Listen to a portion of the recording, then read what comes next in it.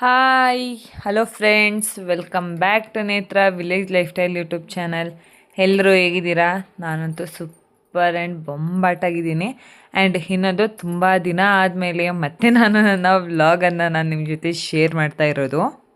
ಇವತ್ತು ಬಂದು ನಾನು ನಮ್ಮ ಅಮ್ಮನ ಮನೆಯಲ್ಲಿ ನಾವು ಯಾವ ರೀತಿಯಾಗಿ ವರಮಹಾಲಕ್ಷ್ಮಿ ಹಬ್ಬವನ್ನು ಆಚರಿಸ್ತೀವಿ ಅನ್ನೋದನ್ನು ಪೂರ್ತಿ ವೀಡಿಯೋನ ನಾನು ಪೂರ್ತಿ ವೀಡಿಯೋನ ಶೇರ್ ಮಾಡ್ತೀನಿ. ಅಂದರೆ ಒಂದು ಅರ್ಧ ಮುಕ್ಕಾಲು ಅವರ್ ವೀಡಿಯೋನ ತುಂಬ ಎಡಿಟಿಂಗ್ ಮಾಡಿ ನನಗೆ ಎಷ್ಟು ವೀಡಿಯೋ ಕ್ಲಿಪ್ಪಿಂಗ್ಸ್ ಬೇಕೋ ಅಷ್ಟನ್ನು ಮಾತ್ರ ಆ್ಯಡ್ ಮಾಡಿ ನಾನು ಈ ವಿಡಿಯೋದಲ್ಲಿ ಶೇರ್ ಮಾಡ್ಕೊತಾ ಇದ್ದೀನಿ. ನಾನು ಹಬ್ಬಕ್ಕೆ ಅಂತ ಬುಧವಾರನೇ ಬಂದಿದ್ದೆ. ಬುಧವಾರ ಬಂದೊಳನೆ ಬೇರೆ ಇದ್ದಂಥ ಕೆಲಸಗಳು, ತಿಂಡಿ ಎಲ್ಲದನ್ನು ಮಾಡಿಕೊಂಡು ಗುರುವಾರ ಮತ್ತು ಮಧ್ಯಾಹ್ನದ ಮೇಲೆ ಇದ್ದಿದ್ದಂಥ ಕೆಲಸಗಳನ್ನೆಲ್ಲ ಮಾಡಿಕೊಂಡು ಇನ್ನು ಸಂಜೆ ಒಂದು 4:30-5 ಗಂಟೆ ಮೇಲೆ ಕಸ ಗುಡಿಸಿ ನೆಲ ಒರೆಸೋದಕ್ಕೆ ನಾವು ಬಂದು ಗೋಮೂತ್ರ, ಅದ್ರ ಜೊತೆಗೆ ಸ್ವಲ್ಪ ಅರಿಶಿನ, ಉಪ್ಪು ಎಲ್ಲದನ್ನು ಹಾಕಿ ಮನೆ ಎಲ್ಲ ಒರೆಸ್ಕೊಂಡು ಕ್ಲೀನಾಗಿ ಎಲ್ಲ ಆದಮೇಲೆ ಮತ್ತು ಫಸ್ಟ್ ನಾನು ವರಮಹಾಲಕ್ಷ್ಮಿ ಪೂಜೆನ ಸ್ಟಾರ್ಟ್ ಮಾಡೋದಕ್ಕಿಂತ ಮುಂಚೆನೇ ಸಂಜೆ ಪೂಜೆ, ಅಂದರೆ ಮನೆಯಲ್ಲಿ ನಾವು ಮನೆ ದೇವರ ವಾರ ಅಥವಾ ಪೂಜೆ ಅನ್ನೋದು ಏನಿರುತ್ತೆ ಅದನ್ನೆಲ್ಲ ಮಾಡಿ ಮುಗಿಸ್ಕೊಂಡಿದ್ದ ನಂತರನೇ ನಾನು ಬಂದು ವರಮಹಾಲಕ್ಷ್ಮಿ ಪೂಜೆಗೆ ಏನೇನು ಪೂರ್ವ ಸಿದ್ಧತೆಗಳು ಬೇಕೋ ಅದನ್ನು ಮಾಡ್ಕೊಳ್ಳುವಂಥದ್ದು. ಮೊದಲನೇದಾಗಿ ನಾನು ಬಂದು ಬ್ಯಾಕ್ ಡ್ರಾಪ್ ಡೆಕೋರೇಷನ್ ಇರುತ್ತೆ, ಅದನ್ನು ಈ ಸತಿ ಏನು ಮನೆಯಲ್ಲಿ ಅಂತ ಟ್ರೈ ಮಾಡಿಲ್ಲ. ಪೂರ್ತಿ ನಾನು ಆನ್ಲೈನಲ್ಲಿ ಶಾಪಿಂಗ್ ಮಾಡಿದ್ದೆ. ಮೀಶೋದಲ್ಲಿ ಒಂದು ಬ್ಯಾಕ್ಗ್ರೌಂಡ್ ಸ್ಕ್ರೀನನ್ನು ನಾನು ಬುಕ್ ಮಾಡಿ ತರಿಸ್ಕೊಂಡಿದ್ದೆ. ಸೊ ಅದನ್ನೇ ನಾನು ಇಲ್ಲಿ ಬ್ಯಾಕ್ ಡ್ರಾಪ್ಗೆ ಹಾಕ್ಬಿಟ್ಟು ಅದಾದಮೇಲೆ ನಾವು ದೇವರನ್ನು ಕುಂಡ್ರಿಸೋದು ಬಂದು ಸ್ಟೆಪ್ ಬೈ ಸ್ಟೆಪ್ ಬರೋ ರೀತಿಯಾಗಿ ನಾನು ಮೊದಲನೇದಾಗಿ ಒಂದು ಟೀಪಾಯಿ ಹಾಕ್ಬಿಟ್ಟು ಅದ್ರ ಮೇಲೆ ಒಂದು ಸ್ಕ್ರೀನ್ ಬಟ್ಟೆ ಅಥವಾ ಅದಕ್ಕೆ ಅಂತ ಇಟ್ಟಿರೋ ಅಂಥದ್ದು ಆ ಗ್ರೀನ್ ಕಲರ್ ಏನು ಹಾಕಿದ್ದೆ ಅದನ್ನು ನಾನು ಅದ್ರ ಮೇಲೆ ಹಾಕಿ ಅದ್ರ ಮೇಲೆ ಒಂದು ಟೀಪಾಯಿ ಇಟ್ಟು ಟೀಪಾಯಿ ಮೇಲೆ ಮಣೆಯನ್ನು ಇಟ್ಟು ಒಂದು ವೈಟ್ ಶುದ್ಧವಾದ ಮಡಿ ಪಂಚೆಯನ್ನು ಅದ್ರ ಮೇಲೆ ಹಾಕಿ ಆ ಮಡಿ ಪಂಚೆಯ ಮೇಲೆ ನಾನು ಏನು ಲಕ್ಷ್ಮೀ ಕುಂಡ್ರಿಸೋದಕ್ಕೆ ಮಣೆ ಅಂತ ಇಟ್ಟಿದ್ದೆ. ಸೊ ಆ ಮನೆಯ ಮೇಲೆ ನಾವು ಅಷ್ಟದಳ ರಂಗೋಲಿಯನ್ನು ಬಿಡ್ತಿದ್ದೀವಿ. ಅಂದರೆ ಅದಕ್ಕೆ ರಂಗೋಲಿ ಮತ್ತು ಸ್ವಲ್ಪ ಅಕ್ಕಿ ಹಸಿಟ್ಟನ್ನು ಹಾಕಿ ನಾನು ಮಿಕ್ಸ್ ಮಾಡಿ ಇಟ್ಕೊಂಡಿರೋ ಅಂಥದ್ದು. ಅದ್ರ ಮೇಲೆ ಬಾಳೆ ಎಲೆ ಹಾಕಿ ಬಾಳೆ ಎಲೆ ಮೇಲೆ ನಿಮ್ಮ ಕೈಲಾದಷ್ಟು, ಅಂದರೆ 1 ಇಡಿ, 2 ಇಡಿ, 3 ಇಡಿ ಅಥವಾ 3 ಲೋಟ ಆ ಥರ ಅಕ್ಕಿಯನ್ನು ಹಾಕ್ಬೋದು. ನಾನು ಅಕ್ಕಿ ಎಲ್ಲ ಹಾಕಿ ರೆಡಿ ಮಾಡಿ ಇಟ್ಕೊಂಡಾದ್ಮೇಲೆ ನಮ್ಮಮ್ಮ ಈ ಸತಿ ಸೀರೆಯನ್ನು ಕಲ್ಲೂರು ಶ್ರೀ ವರಮಹಾಲಕ್ಷ್ಮಿ ಸಿಲ್ಕ್ಸಿಂದ ತೊಗೊಂಬಂದಿದ್ರು. ಸೊ ಆ ಸೀರೆಯನ್ನು ತೊಗೊಂಡು ಓಪನ್ ಮಾಡಿ ನಾನು ಈಗಲೇ ಆ ಸ್ಯಾರಿಯನ್ನು ನೋಡ್ತಾ ಇರೋವಂಥದ್ದು. ಸೊ ಲಕ್ಷ್ಮಿ ಉಡಿಸೋದಕ್ಕಂತೂ ಪರ್ಫೆಕ್ಟಾಗಿ ನನಗೆ ಕಲರ್ ಕಾಂಬಿನೇಷನ್ ಅನ್ನೋದು ಸಿಕ್ತು. ಸೊ ಅದಕ್ಕೋಸ್ಕರ ನಾನು ಸ್ಯಾರಿಯನ್ನು ಪ್ಲೇಟಿಂಗ್ ಯಾವ ರೀತಿಯಾಗಿ ಮಾಡ್ಕೊಳೋದು ಅಂತ ಕೂತ್ಕೊಂಡು ಯೋಚನೆ ಮಾಡ್ತಾಯಿದ್ದೆ. ಸ್ಯಾರಿನ ನನ್ನ ಕೈಗೆ ನಾನು ಇಟ್ಕೊಳೋವರೆಗೂ ಯಾವ ರೀತಿಯಾಗಿ ಸೀರೆ ಉಡಿಸ್ಬೇಕು ಅಂತ ನಿಜವಾಗ್ಲೂ ನಾನು ಒಂಚೂರು ತಲೆಯಲ್ಲಿ ಯೋಚನೆ ಮಾಡ್ಕೊಂಡಿರಲಿಲ್ಲ.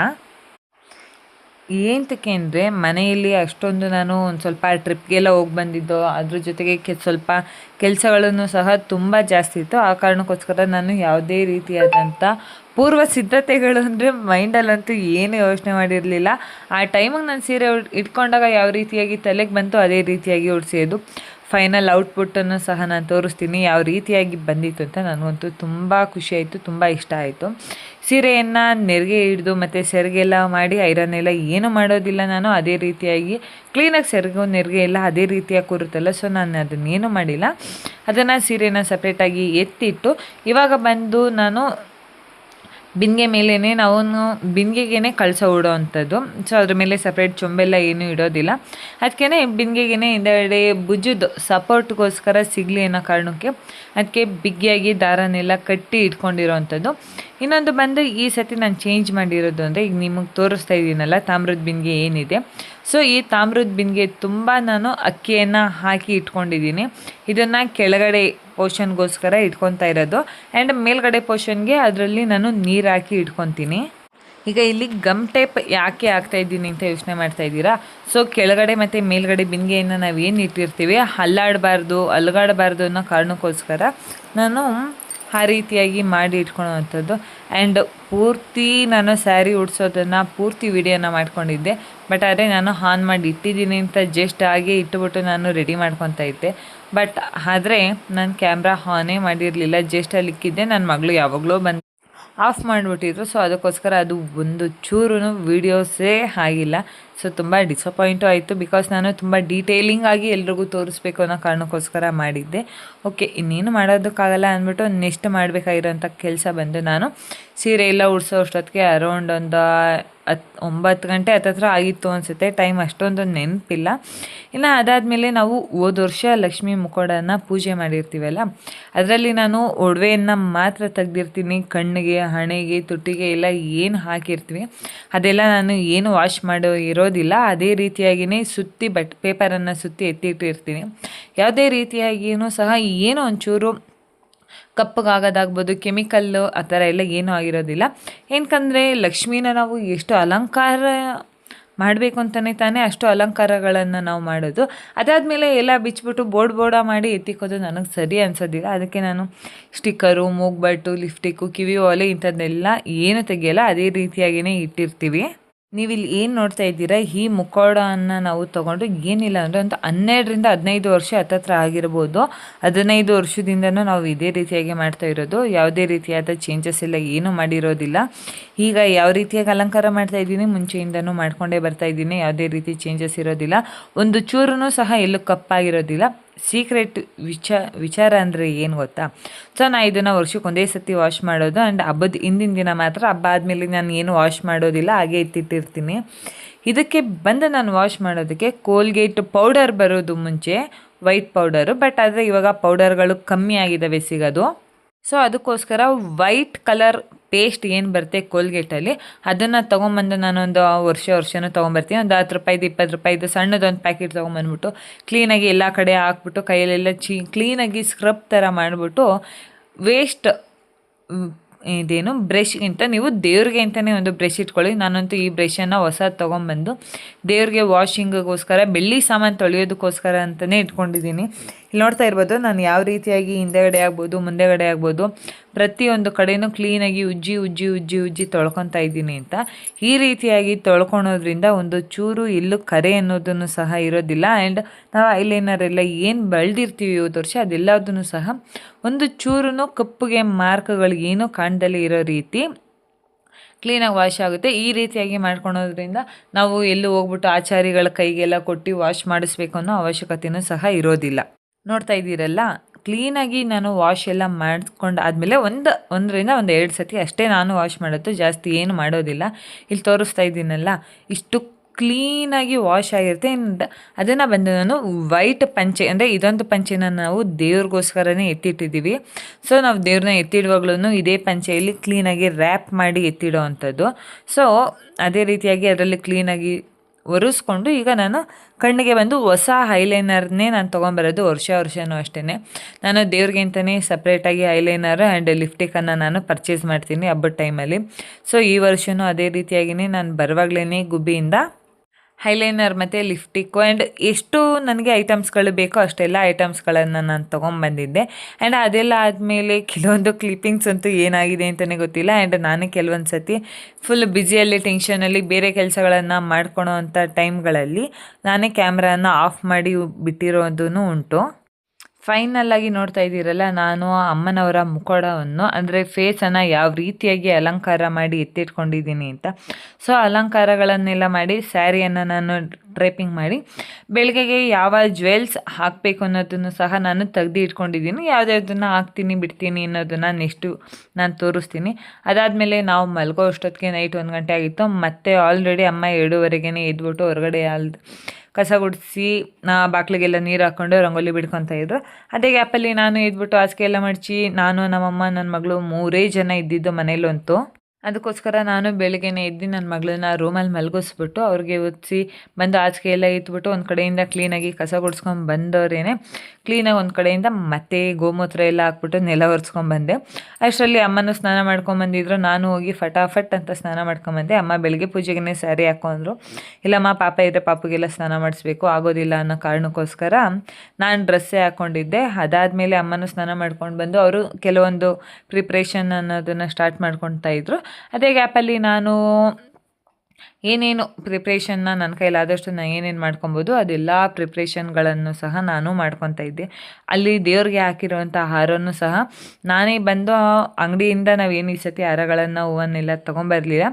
ಇದ್ದಷ್ಟು ಹೂಗಳಿಗೇ ಮನೆಯಲ್ಲೇ ಹಾರ ಮಾಡಿದ್ದೀನಿ. ಇನ್ನು ಅದ್ರ ಜೊತೆಗೆ ಒಂದು 1/4 kg ರೋಸು ಮತ್ತು ದೇವ್ರಿಗೆ ಮುಡಿಸೋದಕ್ಕೆ ಮಲ್ಲೆ ಹೂವು ಬೇಕು ಅಂತ ಆ 2 ಹೂವನ್ನು ಮಾತ್ರ ನಾನು ತೊಗೊಂಬಂದಿರೋದು. ಆ್ಯಂಡ್ ತವರೆ ಹೂವು.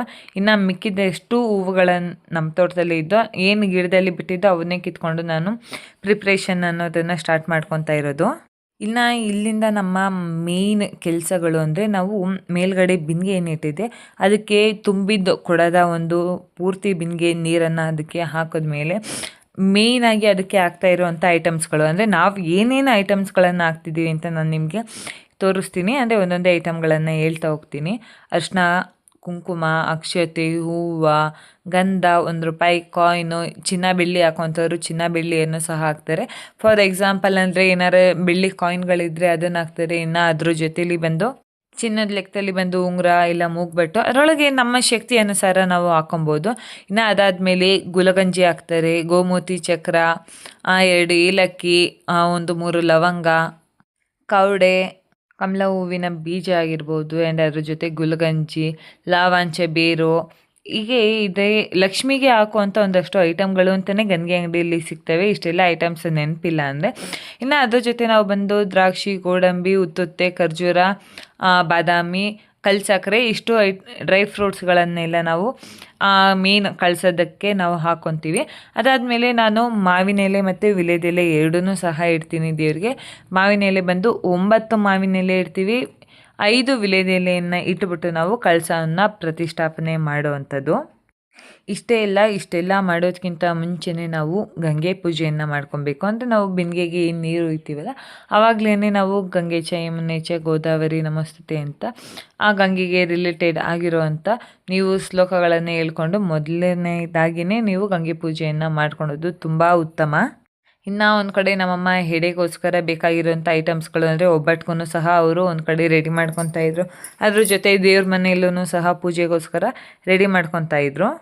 ಇನ್ನು ಅದಾದಮೇಲೆ ಇನ್ನು ಮೇನ್ ಇಂಪಾರ್ಟೆಂಟ್ ಸ್ಟಾರ್ಟ್ ಆಗೋದೇ ಇಲ್ಲಿಂದ. ನಾವು ಏನೇ ಅಲಂಕಾರಗಳನ್ನು ಮಾಡ್ಬೋದು. ಆದರೆ ಕಾಯಿ ಅಂತ ನಾವು ಏನು ಇಡ್ತೀವಲ್ಲ ಆ ಕಾಯಿಗೂ ಅಷ್ಟೇ ನಾವು ಸುಮ್ಮನೆ ಕಾಯಿನ ಸುಲ್ಕೊಂಬಂದು ಇಡಬಾರ್ದು. ಆ ಕಾಯಿಗೂ ಮೇಲ್ಗಡೆ ಎಲ್ಲ ಕ್ಲೀನಾಗಿ ಸಿಪ್ಪೆ ಅಂತಾರೆ ಏನೇನು ನಾರು ಥರ ಎಲ್ಲ ಬಂದಿರುತ್ತೆ ಅದನ್ನೆಲ್ಲ ತೆಗೆದುಬಿಟ್ಟು ಕಾಯಿಗೂ ತುಂಬ ಅರಿಶಿನ ಬಳ್ದು ಕುಂಕುಮ ಥರ ಇಟ್ಟು ಅದರಲ್ಲೇ ಮೇನ್ ಲಕ್ಷ್ಮಿ ಆವಾಹನೆ ಆಗುವಂಥದ್ದು. ಬಟ್ ಆದರೆ ಇದು ನಾವು ಮುಖ ಆಗಿರ್ಬೋದು ಮುಖೋಡ ಎಲ್ಲ ನಾವು ನಮ್ಮ ಖುಷಿಗೋಸ್ಕರ ನಾವು ಮಾಡ್ಕೊಂಡಿರೋವಂಥ ಪದ್ಧತಿಗಳು. ಸೊ ಅದಕ್ಕೋಸ್ಕರ ನಾನು ಅಷ್ಟೇ ಮೇಯ್ನಾಗಿ ಏನು ಕಾಯಿ ಇಡ್ತೀವಿ ಅದಕ್ಕೆಲ್ಲದನ್ನು ಸಹ ನಾನು ಫಸ್ಟ್ ಇಟ್ಬಿಟ್ಟೇನೆ ಆಮೇಲೆ ನಾನು ಮುಖೋಡವನ್ನು ಇಟ್ಟು ಪೂಜೆಯನ್ನು ಸ್ಟಾರ್ಟ್ ಮಾಡ್ಕೊಳೋವಂಥದ್ದು. ಇನ್ನು ಇಷ್ಟೆಲ್ಲ ಆದಮೇಲೆ ಕೆಳಗಡೆ ಐಟಮ್ಸ್ಗಳನ್ನು ಜೋಡಿಸೋದನ್ನೇ ಆಗಿರ್ಬೋದು, ನಾವು ಏನೇನು ಐಟಮ್ಸ್ ಹಣ್ಣಾಗಿರ್ಬೋದು, ಅಲಂಕಾರ ಅಂದಮೇಲೆ ಅಷ್ಟಕ್ಕೆ ಅಲಂಕಾರಗಳನ್ನು ಸಹ ಮುಗಿಯೋದಿಲ್ಲ. ನಾವೀಗ ಎಡೆಗೆ ಮೇನಾಗಿ ಬಂದು ಮೊಸರನ್ನ ಮಾಡಿ ಎಡೆ ಮಾಡ್ಕೊಂಡಿದ್ದೀವಿ. ಆ್ಯಂಡ್ ಆಮೇಲೆ ಬಂದು ಚಿತ್ರಾನ್ನ, ಸಜ್ಜಿಗೆ, ಒಬ್ಬಟ್ಟು ನಿಮ್ಮ ಕೈಲಾಗದಷ್ಟು ನೀವು ಏನು ಬೇಕಾದರೂ ಮಾಡ್ಬೋದು. ತಾಯಿ ಏನು ಕೊಟ್ಟರು ಸ್ವೀಕರಿಸ್ತಾಳೆ ಅನ್ನೋದನ್ನು ನಾವು ನಂಬಿದ್ದೀವಿ. ಅದಕ್ಕೋಸ್ಕರ ನಾವು ಪ್ರತಿಯೊಂದನ್ನು ಇಟ್ಟು ಅಲಂಕಾರ ಮಾಡಿ ರೆಡಿ ಎಲ್ಲ ಮುಗಿಸ್ಕೊಂಡಾದ್ಮೇಲೆ ನಾನಂತೂ ಪ್ರತಿ ವರ್ಷ ಮಾಡೋದು ನಮ್ಮ ಮಮ್ಮಿ ನನಗೆ ಹೇಳ್ತಾರೆ, ನೀನೇ ಮನೆ ಮಗಳು, ನೀನೇ ನಮ್ಮ ಮನೆ ಲಕ್ಷ್ಮಿ ಹಚ್ಚು ಅಂತ. ಇಲ್ಲಮ್ಮ, ನಾನು ಮನೆ ಮಗಳಾಗಿರ್ಬೋದು, ಮನೆ ಲಕ್ಷ್ಮಿ ಆಗಿರ್ಬೋದು, ಬಟ್ ಆದರೆ ನಮ್ಮ ಮನೆಗೆ ನೀನೇ ಮನೆಯ ಮೊದಲ ಲಕ್ಷ್ಮಿ. ಸೊ ನೀನೇ ಹಚ್ಚಿ ಪೂಜೆ ಮಾಡಬೇಕಾಗಿರೋವಂಥದ್ದು ನಮ್ಮ ಅವಾಗಿಂದನೂ ನಡೆಸ್ಕೊಂಬಂದಿರೋದು. ಇವತ್ತಿಗೂ ಅಷ್ಟೇ ನಾವು ನಮ್ಮ ಅಮ್ಮನ ಕೈಲೇ ದೀಪ ಹಚ್ಚಿಸಿ ದೇವ್ರ ಮನೇಲಾಗಿರ್ಬೋದು, ಇಲ್ಲಿ ಲಕ್ಷ್ಮಿ ಹತ್ರನೂ ಅಷ್ಟೇ ಕಾಮಾಕ್ಷಿ ದೀಪ, ಪ್ರತಿಯೊಂದು ದೀಪನೂ ಅಮ್ಮನ ಕೈಲೇ ಹಚ್ಚಿಸಿ ಅವ್ರ ಕೈಲಿ ಪೂಜೆ ಮಾಡಿಸೋದು. ಇನ್ನು ಅದಾದಮೇಲೆ ನಾನು ಕೆಳಗಡೆ ಅಷ್ಟದಳ ಪುಟಾಣಿ ಒಂದು ರಂಗೋಲಿಯನ್ನು ಬಿಡಿಸ್ಬಿಟ್ಟು ಅದಕ್ಕೆ ಸುತ್ತ ದೀಪಗಳನ್ನೆಲ್ಲ ಇಟ್ಬಿಟ್ಟು ಅಲಂಕಾರ ಮಾಡಿಕೊಂಡು ಕೆಳಗಡೆ ದೀಪನ ನಾನು ಹಚ್ಕೊತಾ ಇದ್ದೆ. ಇನ್ನು ಅದಾದಮೇಲೆ ಅಮ್ಮ ಒಂದು ಕಡೆಯಿಂದ ದೇವ್ರ ಮನೆಯಲ್ಲೆಲ್ಲ ಪೂಜೆ ಮಾಡ್ಕೊಂಡು ಬಂದು ಇಲ್ಲೂ ಸಹ ಪೂಜೆಯನ್ನು ಮಾಡ್ತಾ ಇದ್ದಾರೆ. ಅಮ್ಮನೂ ಒಂದು ಕಡೆಯಿಂದ ಪೂಜೆ ಎಲ್ಲ ಮಾಡಾದ್ಮೇಲೆ ಧೂಪ ನೈವೇದ್ಯಗಳನ್ನೆಲ್ಲ ಒಂದು ಕಡೆಯಿಂದ ಅವರು ಮಾಡ್ಕೊಂಬಂದಾದ್ಮೇಲೆ ನಾನು ಅಷ್ಟೇ ಒಂದು ಕಡೆಯಿಂದ ದೇವ್ರಿಗೆ ಪೂಜೆ ಎಲ್ಲ ಮಾಡಿ ನನ್ನ ಮನಸ್ಸಿಗೆ ತೃಪ್ತಿ ಆಗೋ ರೀತಿಯಾಗಿ ನಾನು ಪೂಜೆಯನ್ನು ಮಾಡಿ ಮುಗಿಸ್ಕೊಂಡು ಇದಾಗಿತ್ತು ನಮ್ಮ ಪೂಜೆಯ ಪದ್ಧತಿಗಳು. ಇನ್ನು ಅದಾದಮೇಲೆ ನಮ್ಮ ಮಗಳು ಎದ್ದಾದ್ಮೇಲೆ ನಾವೆಲ್ಲ ರೆಡಿಯಾಗಿದ್ದು ನೋಡಿ, ಮನೇಲಿ ದೇವರೆಲ್ಲ ಕುಂಡ್ರಿಸಿದ್ದು ನೋಡಿ, ಆಮೇಲೆ ನಾನು ಬೇಗ ಸ್ನಾನ ಮಾಡ್ತೀನಿ ಅಂದ್ಬಿಟ್ಟು ನಮ್ಮ ಹುಡುಗಿನೂ ಅಷ್ಟೇ 8 ಗಂಟೆ ಅಷ್ಟೊತ್ತಿಗೆಲ್ಲ ಸ್ನಾನ ಮಾಡಿಕೊಂಡು ಅವರು ಬಂದರು ರೆಡಿ ಆಗ್ತೀವಿ ಅಂತ. ಸೊ ನಮ್ಮ ಮಗಳೂ ಅಷ್ಟೇ, ನಮ್ಮ ಮಮ್ಮಿ ಸೀರೆ ಉಟ್ಕೊಂಡಿದ್ದ ಕಾರಣಕ್ಕೆ ಅಮ್ಮ ನನಗೂ ಸೀರೆ ಉಡಿಸು, ಡ್ರೆಸ್ ಹಾಕೊಂತ ಅಂತ ಇದ್ರು. ಪಪ್ಪ ಇವಾಗ ಬೇಡ ಮಗಳೇ, ಮಧ್ಯಾಹ್ನಕ್ಕೆ ಎಲ್ಲರೂ ಮನೆಗೆ ಅರ್ಶಿನ ಕುಂಕುಮಕ್ಕೆ ಹೋಗೋ ಟೈಮಲ್ಲಿ ನಿನಗೆ ಸೀರೆ ಉಡಿಸ್ತೀನಿ, ಇವಾಗ ಫ್ರಾಕೆ ಹಾಕೋ ಅಂತಂದಿದ್ದಕ್ಕೆ ಅವರು ಖುಷಿಪಟ್ಟು ಅವರ ಡ್ರೆಸ್ಸನ್ನು ತೋರಿಸ್ತಾ ಇದ್ದಾರೆ. ಅವ್ರಿಗೆ ಬಟ್ಟೆ ಎಲ್ಲ ಹಾಕಿ ರೆಡಿ ಮಾಡೋ ಅಷ್ಟರಲ್ಲಿ ನಮ್ಮ ಪಕ್ಕದ ಮನೆಯಿಂದ ಇಬ್ಬರು ಹೆಣ್ಮಕ್ಳು ಬಂದಿದ್ದರು. ಸೊ ನಮ್ಮ ಮಗಳಿಗೂ ಇನ್ನು ನಾವು ಅರ್ಶಿನ ಕುಂಕುಮ ಎಲ್ಲ ಏನೇ ಇಟ್ಟಿರಲಿಲ್ವಲ್ಲ, ಅದಕ್ಕೋಸ್ಕರ 3 ಜನಕ್ಕೂ ಒಟ್ಟಿಗೆ ಕೊಟ್ಟರು ಆಗುತ್ತೆ ಅಂತ 3 ಜನನೂ ಒಟ್ಟಿಗೆ ಕೊಂಡಿಸಿದ್ದೆ. ಅವರಿಬ್ರಿಗೂ ಒಂದು ಕಡೆಯಿಂದ ಅರ್ಶಿನ ಕುಂಕುಮ ಎಲ್ಲ ಇಟ್ಕೊಂಬರೋ ಗ್ಯಾಪಲ್ಲೇ ನನ್ನ ಮಗಳು ಎದ್ದೋಗಿ ದೇವ್ರ ಹತ್ರ ಇದ್ದಿದ್ದು ಚಕ್ಲಿ ನಿಪ್ಪಟ್ಟು ಎಲ್ಲ ತೊಗೊಂಬಂದ್ಬಿಟ್ಟು ಅವ್ರ ಅಕ್ಕದಿರ್ಗೆ ಅವ್ರಿಗೂ ಸಹ ತಿನ್ನಿ ಅಂತ ಕೊಡ್ತಾಯಿದ್ರು. ಅವರು ಇಲ್ಲ ಪಪ್ಪ ನಾವು ಆಮೇಲೆ ತಿಂತಿದ್ದಕ್ಕೆ ಇಲ್ಲ ಇವಾಗಲೇ ತಿನ್ನಿ ಅಂದ್ಬಿಟ್ಟು ಅವ್ರಿಗೆ ಆಲ್ರೆಡಿ ಟೇಸ್ಟ್ಗೆಲ್ಲ ಕೊಟ್ಟು ತಿನ್ನಿಸಿ ಕುಂಡ್ರಿಸಿದ್ರು. ನನಗಂತೂ ಬೆಳಗ್ಗೆನೇ 3 ಜನ ಕನ್ಯೆ ಮುತ್ತೈದೆಯರು ಅಂತ ಹೇಳ್ಕೊಳೋದಕ್ಕೆ ತುಂಬ ಖುಷಿಯಾಗುತ್ತೆ. ಅವರಿಗೆಲ್ಲ ನಾವು ಅರ್ಶಿನ ಕುಂಕುಮ ಎಲ್ಲ ಕೊಟ್ಟು ಅವ್ರ ಹತ್ರ ಆಶೀರ್ವಾದ ಪಡ್ಕೊಳೋದು ತುಂಬ ಖುಷಿಯಾದಂಥ ವಿಚಾರ. ಆವತ್ತು ವರಮಹಾಲಕ್ಷ್ಮಿ ಹಬ್ಬ ಅಂತಲೇ ಎಲ್ಲ ಯಾವಾಗಾದರೂ ಅಷ್ಟೇ ನಾವು ತುಂಬ ಪುಟಾಣಿ ಮಕ್ಳುಗಳು ಅಂದರೆ ಏನು 5 ವರ್ಷ 6 ವರ್ಷದಿಂದ ಕೆಳಗಡೆ ಇರೋಂಥ ಮಕ್ಳುಗಳ ಹತ್ರ ನಾವು ಒಂದು ಅರ್ಶಿನ ಕುಂಕುಮ ಕೊಟ್ಟು ಅವ್ರ ಹತ್ರ ಮನಸ್ಸು ಪೂರ್ತಿಯಾಗಿ ಆಶೀರ್ವಾದ ಪಡಿಸ್ಕೊಳೋದಿದೆಯಲ್ಲ, ಅದಕ್ಕೂ ಎಷ್ಟು ಪುಣ್ಯ ಮಾಡಿದ್ರೂ ಅದು ಸಿಗ್ದಲೇ ಇರೋವಂಥದ್ದು. ನಾವು ಏನೇ ಕೆಲಸ ಮಾಡಿದ್ರು ಅಷ್ಟೆಲ್ಲ ಪುಣ್ಯ ಸಿಗ್ದಲೇ ಇರೋವಂಥದ್ದು ಅನಿಸುತ್ತೆ. ನೀವಿಲ್ಲಿ ನೋಡ್ತಾ ಇರ್ಬೋದು, ನಾನು ನನ್ನ ಮಗಳಿಗೆ ಒಂದು ಅರ್ಶಿನ ಕುಂಕುಮ ಇಡ್ತಿದ್ದಾಗೇ ಹಣೆಗೆ ಇಡ್ತಿದ್ದಾಗೇ ಅವ್ರು ಏನಿಷ್ಟು ಕ್ಲೀನಾಗಿ ತೋರಿಸ್ತಾ ಇದ್ದಾರೆ.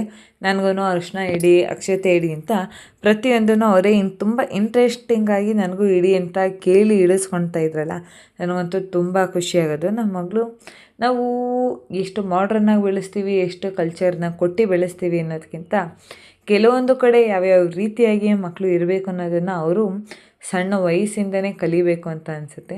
ಸೊ ನಮ್ಮ ಮನೇಲೂ ನಮ್ಮ ಅಪ್ಪ ಅಮ್ಮ ನಮಗೆ ಅದನ್ನೇ ಕಲಿಸಿರ್ತಾರೆ. ಸೊ ನಾವು ಅಷ್ಟೇ ನಮ್ಮ ಮಕ್ಕಳಿಗೆ ನಾವು ಈಗಲಿಂದನೇ ಎಲ್ಲಿ ಯಾವ್ಯಾವ ರೀತಿಯಾಗಿ ಇರಬೇಕು ಅನ್ನೋದನ್ನು ಕಲಿಸ್ಬೇಕು. ಸೊ ನಮ್ಮ ಮಗಳಿಗೂ ಅಷ್ಟೇ ನಾನು ಅರ್ಶಿನ ಕುಂಕುಮ ಎಲ್ಲ ಇಡ್ತಿದ್ದಾಗೇ ಅವರು ಬಂದು ಅಮ್ಮ ನನಗೂ ನೀವು ಕೈಗೆ ಕಟ್ಕೊಂಡಿರೋದನ್ನು ಕಟ್ಟಿ ಅಂತ ಹೇಳ್ತಾಯಿದ್ರು. ಸೊ ನಾನು ಬೆಳಗ್ಗೆ ಪೂಜೆ ಮಾಡುವಾಗಲೇ ಕಂಕಣಗಳನ್ನೆಲ್ಲ ಮಾಡಿ ರೆಡಿ ಮಾಡಿ ದೇವ್ರ ಹತ್ರ ಇಟ್ಟು ಪೂಜೆ ಮಾಡಿ ಆಲ್ರೆಡಿ ರೆಡಿ ಇಟ್ಟಿದ್ವಲ್ಲ. ಸೊ ನಮ್ಮ ಮಗಳಿಗೂ ಅವ್ರಿಗೂ ಕಂಕಣ ಎಲ್ಲ ಇಟ್ಟು ರೆಡಿ ಮಾಡಿಕೊಂಡು ಕಟ್ತಾಯಿದ್ದೆ. ಆವಾಗ ಅವರು ಪಕ್ಕದಲ್ಲಿ ಕೂತ್ಕೊಂಡು ಒಂದಷ್ಟು ಕೌಂಟ್ರುಗಳು ನೋಡಿ ನಾನು ಕಟ್ಕೊತಾ ಇದ್ದೀನಿ, ನಿಮ್ದು ಇಲ್ಲಿ ರಕ್ತಿರ್ನೆಲ್ಲ ಚೆನ್ನಾಗಿ ಗೋಳುಯ್ಕೊತಾಯಿದ್ರು. ಅವತ್ತು ಪೂರ್ತಿ ದಿನ ಸಿಕ್ದವ್ರಿಗೆಲ್ಲರಿಗೂ ಫೋನ್ ಮಾಡ್ತಿದ್ದು ಅವ್ರ ಅಪ್ಪಂಗೆ ಅವ್ರ ಮಾಮಂಗೆ ಪ್ರತಿ ಒಬ್ರಿಗೂ ನೋಡಿ ನಾನು ಕೈಯಲ್ಲಿ ಹೂವು ಕಟ್ಕೊಂಡಿದ್ದೀನಿ, ನನ್ನ ಕೈಯಲ್ಲಿ ಹೂವು ಇದೆ, ನನ್ನ ಕೈಯಲ್ಲಿ ಹೂವು ಇದೆ ಅಂತಲೇ ಹೇಳ್ಕೊಂಡು ತುಂಬ ಖುಷಿಪಟ್ಲು ನಮ್ಮ ಮಗಳು ಅಂತೂ. ನನಗೂ ನಮ್ಮ ಮಗಳು ಅಷ್ಟು ಖುಷಿಪಟ್ಟಿದ್ದು ನಾನು ನೋಡಿ ಅದಕ್ಕೆ ತುಂಬ ಖುಷಿ ಆಗ್ತಾಯಿತ್ತು. ನಾನು ಅವರಿಬ್ರಿಗೂ ಎಲೆ ಅಡಿಕೆ ಇದೇನು ಎಲೆ ಅಡಿಕೆ, ಬಾಳೆಹಣ್ಣು, ಹೂವು ಪ್ರತಿಯೊಂದನ್ನು ನಾನು ಎಲೆ ಅಡಿಕೆಲಿ ಇಟ್ಟು ಅವ್ರಿಗೆ ಕೊಡ್ತಾಯಿದ್ದೆ. ನಮ್ಮ ಮಗಳಿಗೂ ಅಷ್ಟೇ ನಾನು ಅದೇ ರೀತಿಯಾಗಿ ಕೊಟ್ಟಿತ್ತು. ಅವ್ರಿಗೆ ಏನು ಕೈ ಕೊಟ್ಬಿಟ್ಟು ಏನೋ ಮಾಡ್ತಾಯಿದ್ದಾರೆ ಅನ್ನೋ ಕನ್ಫ್ಯೂಸ್ ಆಗಿತ್ತು. ನಾನು ಅವ್ರ ಹತ್ರ ಆಶೀರ್ವಾದ ತೊಗೊಳೋಣ ಅಂತ ಮಾಡ್ತಾಯಿದ್ದೆ. ಅವ್ರಿಗಂತೂ ತುಂಬ ಖುಷಿ ಆಗ್ತಾಯಿತ್ತು. ನನಗೂ ಅಷ್ಟೇ ಮನಸ್ಸಿಗೆ ತುಂಬ ಖುಷಿ ಆಯಿತು, ತೃಪ್ತಿ ಸಿಕ್ತು ಅಂತಲೇ ಹೇಳ್ಬೋದು. ಅವ್ರಿಗೆ ನಮ್ಮ ಬಾಳೆಹಣ್ಣು ಎಲೆ ಅಡಿಕೆ ಎಲ್ಲ ಕೊಡ್ತಿದ್ದಾಗಲೇ ಅವರು ಖುಷಿಯಾಗಿ ಅವ್ರಿಗೆ ಬಾಳೆಹಣ್ಣು ಕೊಟ್ಟಿದ್ದಾರೆ, ಇವಾಗ ನಾನು ತಿನ್ನಬೇಕು ಅನ್ನೋ ಮೈಂಡ್ ಸೆಟ್ಗೆ ಅವ್ರಿಗೆ ಆಲ್ರೆಡಿ ಬಂದುಬಿಟ್ಟಿದ್ರು. ಇನ್ನು ನಾನು ಇಷ್ಟೆಲ್ಲ ಕೆಲಸ ಮುಗಿಸ್ಕೊಂಡು ಬರೋ ಅಷ್ಟೊತ್ತಿಗೆ ನಮ್ಮಮ್ಮ ಲೆಮನ್ ಚಿತ್ರಾನ್ನ ಅಂದರೆ ನಿಂಬೆಹಣ್ಣು ಚಿತ್ರಾನ್ನನೂ ಸಹ ರೆಡಿ ಮಾಡ್ಕೊಂಡಿದ್ರು, ಬಿಸಿ ಬಿಸಿ ಅನ್ನ ಎಲ್ಲ ಮಾಡಿಬಿಟ್ಟು. ಸೊ ಇದನ್ನು ಸಹ ನಾನು ಕಲಿಸ್ಕೊಂಡು ದೇವ್ರಿಗೆ ವರಮಹಾಲಕ್ಷ್ಮಿ ತಾಯಿ ಅಲ್ವಾ, ಲಕ್ಷ್ಮಿಗೆ ಪುಳಿಯೋಗರೆ, ಮೊಸರನ್ನ, ಚಿತ್ರಾನ್ನ ಇವೆಲ್ಲ ತುಂಬ ಇಷ್ಟ ಆಗಿರೋವಂಥ ಐಟಮ್ಸ್ಗಳು. ಸೊ ಅದಕ್ಕೆ ನಾವು ಬೆಳಗ್ಗೆ ಪೂಜೆಗೆ ಮೊಸರನ್ನ ಮಾಡ್ಕೊಂಡು ಎಡೆ ಮಾಡಿದ್ದು, ಇವಾಗಿನ ಪೂಜೆಗೆ ಚಿತ್ರಾನ್ನನ ಮಾಡಿಬಿಟ್ಟು ಈಗ ಸದ್ಯಕ್ಕೆ ಎಡೆಗೆ ಕೊಡೋದಕ್ಕೆ ರೆಡಿ ಮಾಡ್ಕೊತಾ ಇದ್ದೀನಿ. ಇನ್ನು ಅದ್ರ ಜೊತೆಗೆ ಬಂದು ನಾವು ಸಿಂಪಲ್ಲಾಗಿಯೇ ಅಡುಗೆ ಪ್ರಿಪ್ರೇಷನ್ನ ಸಹ ಮಾಡ್ಕೊಂಡಿದ್ದು. ಅಡುಗೆಗೆ ಬಂದು ಅನ್ನ, ಒಬ್ಬಟ್ಟು ಸಾಂಬಾರು, ಒಬ್ಬಟ್ಟು, ಕಾಯಿ ಹಾಲು, ಇನ್ನು ಅದ್ರ ಜೊತೆ ಹೆಸ್ರುಬೇಳೆ, ಇನ್ನು ಚಿತ್ರಾನ್ನ, ಮೊಸರನ್ನ ಮಾಡಿದ್ವಲ್ಲ ಇಷ್ಟಕ್ಕೇ ಮುಗಿಸ್ಕೊಂಡಿದ್ದು ಅಂಥದ್ದು. ಇನ್ನು ಅದಾದಮೇಲೆ ನಾವು ನನ್ನ ಮಗಳಿಗೂ ಸಹ ರೆಡಿ ಮಾಡಿಸ್ಕೊಂಡೆ.